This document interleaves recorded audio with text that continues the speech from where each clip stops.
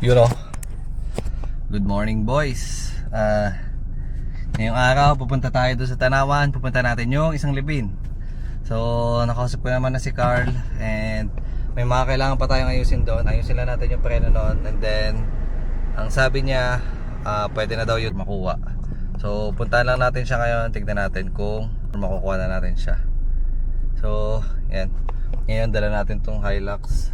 Bali kasama ko si Mrs. ngayon. Hatid ko siya sa therapy, then ayusin namin yung preno. May dala na din akong hydrovac pampalit doon sa sirang hydrovac na nandoon sa libin. So tara, samahan niyo ko guys. Biyahe muna tayo.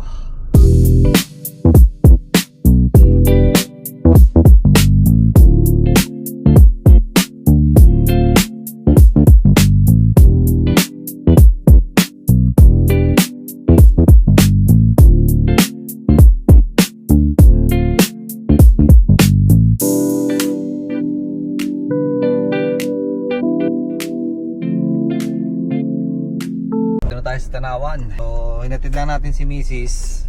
dito sa therapy niya, then sibat na tayo papunta dun sa shop ni Carl. Dala na din natin yung pyesa na ipapalit dun sa hydrovac niya. So samahan nyo ko guys. Excited na kumakita yung lipid. Medyo matagal-tagal natin hindi yun napuntahan eh. Actually guys, yung hydrovac lang naman yung papalitan natin dun. Tapos testingin lang natin kung gagana na yung preno niya. Nung last time kasi meron ng pressure yun, kaso nga lang parang mahina.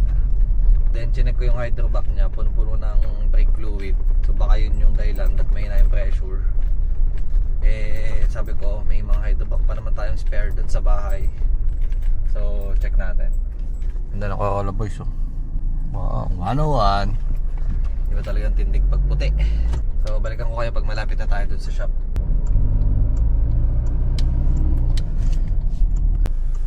Yan, dito na tayo sa shop. Check lang natin yung living ko, ano itsura niya ngayon, tsaka kung anong status niya. Papabalan tayo ng parts, then kabit natin din yung parts na ipapaba natin. Dito na tayo sa shop ni Carl. Ito na yung living natin, yung living ni Utol. Yun o. Ganda yan boys. Yan. Pogi. Ito yung itsura ng loob niya. Yan, hindi ko lang kung kita pero madilim din eh. So buo na siya. Ito na lang, kakabit. Madali naman na yan. So, tignan natin. Ito yung tsura pala ng living boys. Sidings. Ito. Ganda.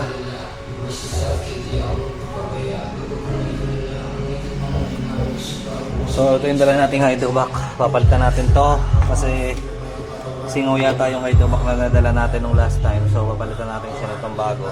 Actually hindi naman ito bago, pero ito yung mga naitabi kong spare dati. So kabit natin siya kasi ito, ang dami itong fluid eh. Nung huli namin, nung bago namin ito kinabit, ang dami niyang fluid. And ngayon mapalitan lang natin to, tapos tignan natin kung magkakaprena na siya. Yan, bali simulan na natin siya boys. Ito, tanggalin na natin kung hydrovac. Tapos punta daw si Carl dito mamaya, and tignan natin kung anong mangyayari. Pero higpitan din natin yun kasi may tagas. Tapos ito din, mga brake lines dito. Higpitan din natin siya kasi may tagas din siya. So simulan na natin tong pagbabaklas nitong hydrovac. Maano yung tools natin boys. Wala tayong dalang tools. Yan, hugot na.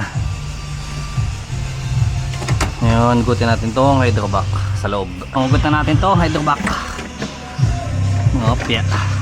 Yun. Bunot. So ito yung dati no. Bale ito, pinasok na siya ng fluid sa loob kaya sira na siya. Ito naman hindi ko sure kung ayos pa to o sira na, pero try din natin no. Pero bago natin yan ikabit, ayusin muna natin yung TTT ng hydrovac bitin. So adjust muna natin to. Nakabit na natin yung hydrovac. Ito naman brake master. Isa sa pinakayo ko yung nagpapalit ng hydrovac no. Kahit alam ako nito, tsaka kaya ko naman, usually binabayad ko siya. Kasi nga napakatrabaho niya, and ayoko, ang hirap magsuot-suot dun sa ilalim. Kaya usually binabayad na lang natin siya. Pero dito sa case ni Utol, Wala tayong content eh pag di natin ito pinalitan. Tsaka hindi natin siya mauuwi, no? Kaya tayo na nagpapalit. Next natin yung sa ilalim. Hindi ko napapakita yun, ang dilim-dilim kasi. Alam ko guys, tutulungan tayo ni Carl ngayon. Tulungan niya tayo mag-bleed ng preno. Pero kasi kailangan muna itong ikabit bago ma-bleed yung preno niya. Bale, hindi ko muna nga pala hinigpitan yan sa loob. 2 bolt lang muna. Pang testing lang. Tapos itaas natin yung likod. Lagyan natin ng jack stand. Then bleed natin yung preno, no? Dali lang naman mag-bleed. So tara, taas natin muna. Yan boys, dumating na si Carl. Tulungan niya tayo. Angat natin to, tapos bleed natin yung preno.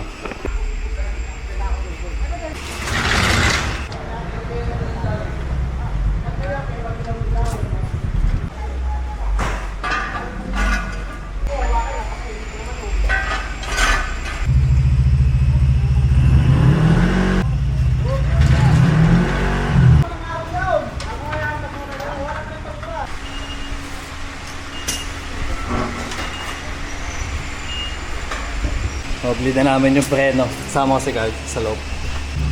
Siya taga-abang, ako taga-buka ng preno. Nag-iba? Oo, bilis na konti. Ito tayo sa kabila. Good sign. Master nga. Feel ko yun nandun talaga yun eh. Perme. Dito. Sige, perme. Tigas pare. Uy!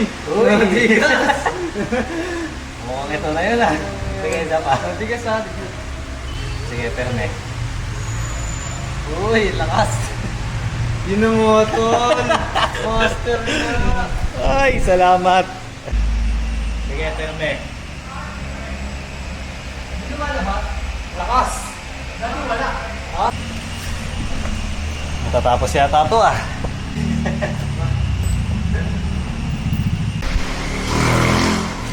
Yan boys, binibleed pa din namin.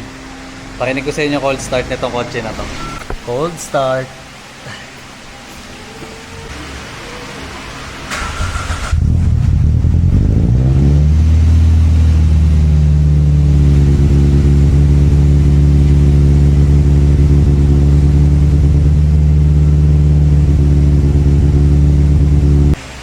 Wala, kasama to guys. Nagka-problema pa rin kami. Hindi niya na alam oh.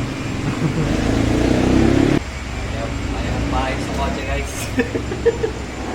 For sale. Yun ang solusyon. Guys, nag-restore na lahat, okay na, etc etc, nakalatag na, gagamitin na lang and all. Pero wala eh. Lusot eh. Yun boys, no? Nasasasakyan na ulit tayo. Yun si Carl. Mission failed. Hindi namin nagawa yung preno. So balikan natin siya sa weekends ulit. Kasi pasok tayo ulit. Hindi tayo pwede magtagal dito. Paalam muna tayo kay Project Levine. Ay, sana tayo. Bawi tayo sa weekends. Ay, nakakapagod guys. Yun guys yung sinasabi ko sa inyo na problema ng E111, no? Yung preno niya. Kasi ilang beses na namin pinalitan niya ng preno. Actually 4 na ABS module na yung pinalit namin dyan. So walang gumana lahat or walang umayos lahat. Tapos hydrovac, napakadami na, siguro 6, 7, ganun. Brake master, naka-5 palit na kami, lahat brand new. Akala namin nung una palpak yung mga kinakabit naming brake master, pero yung pala hindi yun yung problema. So ngayon, ang naisip ko na lang na problema niya is yung calipers. So tupat kasi yun, baka stock up na, ganun. Pero tingnan natin. Bali sa Saturday, kukunin muna natin yung spindle nung isa nating Levine. Yun muna yung kakabit natin kasi yun yung gagamitin natin pang testing. Hindi ko alam kung ano nangyari doon, ba't gano'n. Pero sakit na talaga niya yan noon. Ayaw niyang hindi ma-bleed yung preno niya. And ayun. So sa ngayon, uwi muna tayo, pahinga tayo, recoup tayo. Hopefully, sa weekends, maayos natin yung calipers niya or yung preno niya. Para magamit na siya. And yun na lang naman yung inaantay dun sa kotse na yun para magamit siya ng, or para mailabas siya.